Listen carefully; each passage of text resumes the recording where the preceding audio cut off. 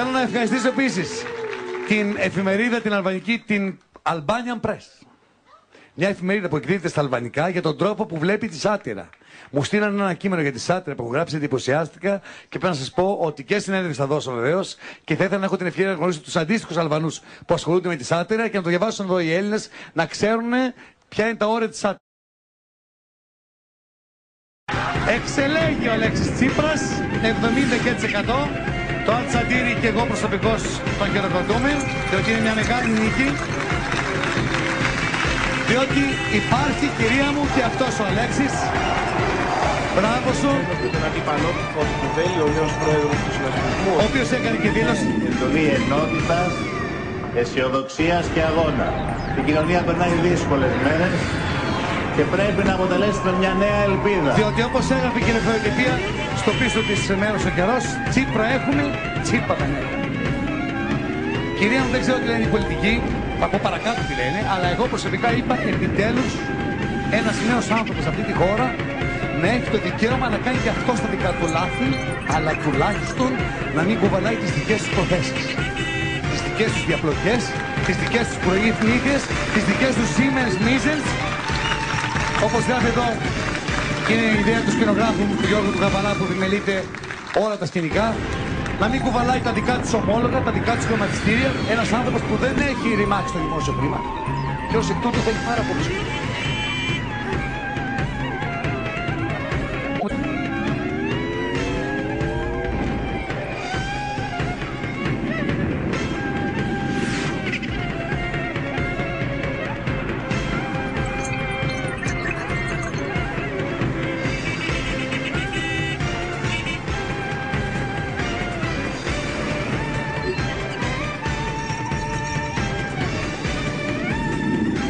Πολλά λες. Έχεις μια μικρή σύγχυση ιστορική. Το όχι είναι του ελληνικού λαού, δεν είναι του μεταξά. Το κατάλαβες ή δεν το κατάλαβες? Το καταλάβατε?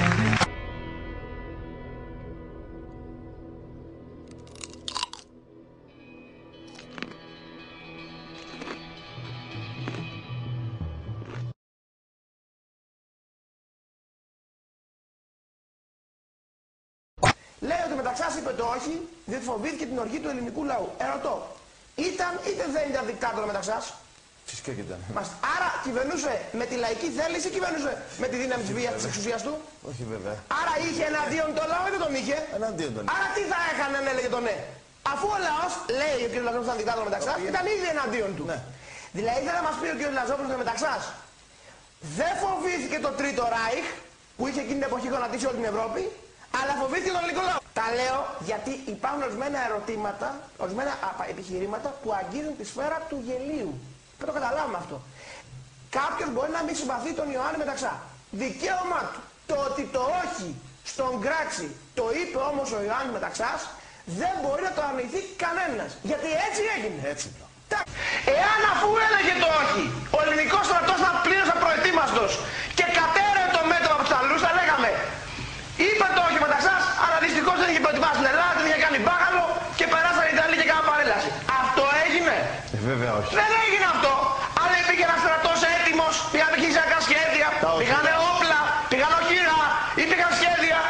Και βεβαίως υπήρχε η άλλη πλευρά του νομίσματος, ο απαράμιλος ηρωισμός του ελληνικού λαού, ο οποίος αν δεν πολεμούσε με ψυχή, δεν πολέμησε φυσικά ο λαός για το Μεταξά. Όχι βέβαια. Ο λαός πολέμησε για την Ελλάδα, για την ελευθερία των Ελλήνων.